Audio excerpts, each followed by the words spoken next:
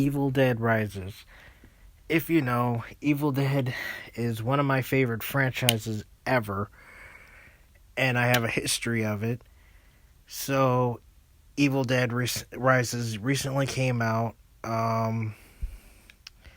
produced by Sam Raimi and Bruce Campbell. Unfortunately, that's probably the only good parts of it is Sam Raimi's producing and Bruce and Robert Tabbert. I'll be honest with you. I was sadly disappointed. I mean, it's not ever gonna top the original, and I kind of praise them for trying to do something a little different, but a lot of it fell flat for me. But the opening crawl for the Evil Dead Rises title was beautifully done. Some of the camera angles were interesting. I will say the main character Beth was pretty good, and the little girl character was very good. But everybody else was, I don't know, the acting was not very good. The gore factor wasn't as big as I'd like it to be. It actually has a $15 million budget. May seem a lot, but the previous one from 10 years ago had 17.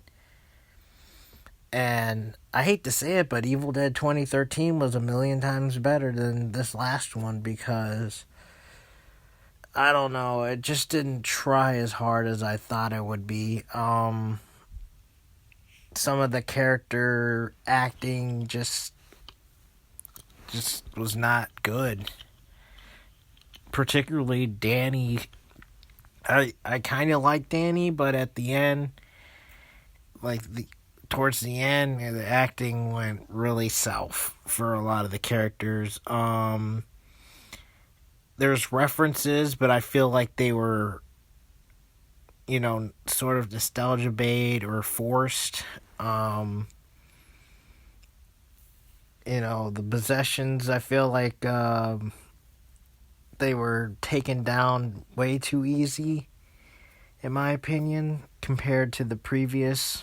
It took a lot for them to just beat one of them, And all the other characters that are not the main characters, you really don't care about at all. Particularly in the beginning, in the opening scene, you don't care about any of the characters. I get that they're trying to do the family thing, the family dynamic and the character having issues, family issues, but we kind of don't really care.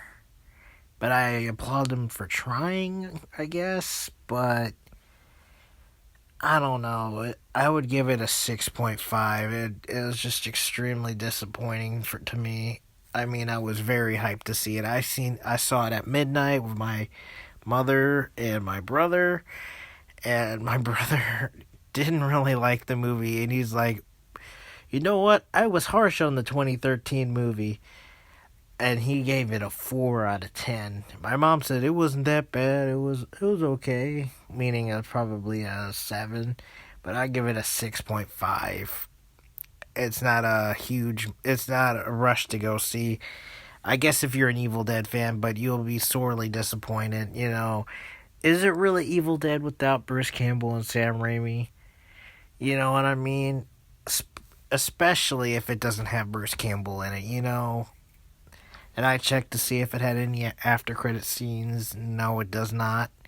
But maybe they should have, but I don't know.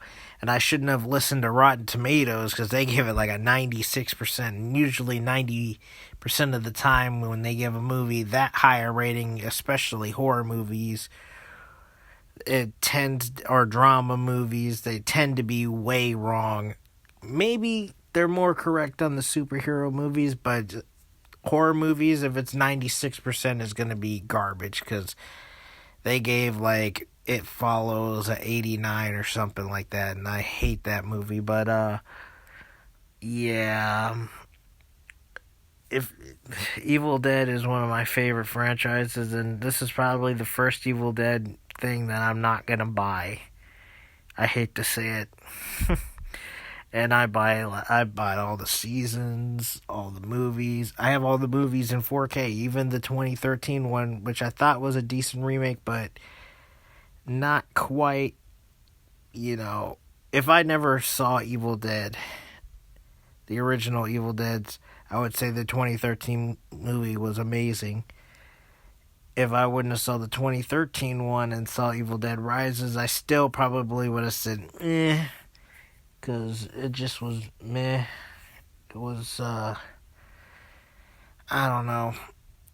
It's not, I wouldn't say it's any of the actors' faults, really. It's just the way that they did it, and the book is not the same, and what continuity is what. I know the continuity in Evil Dead doesn't really matter, honestly.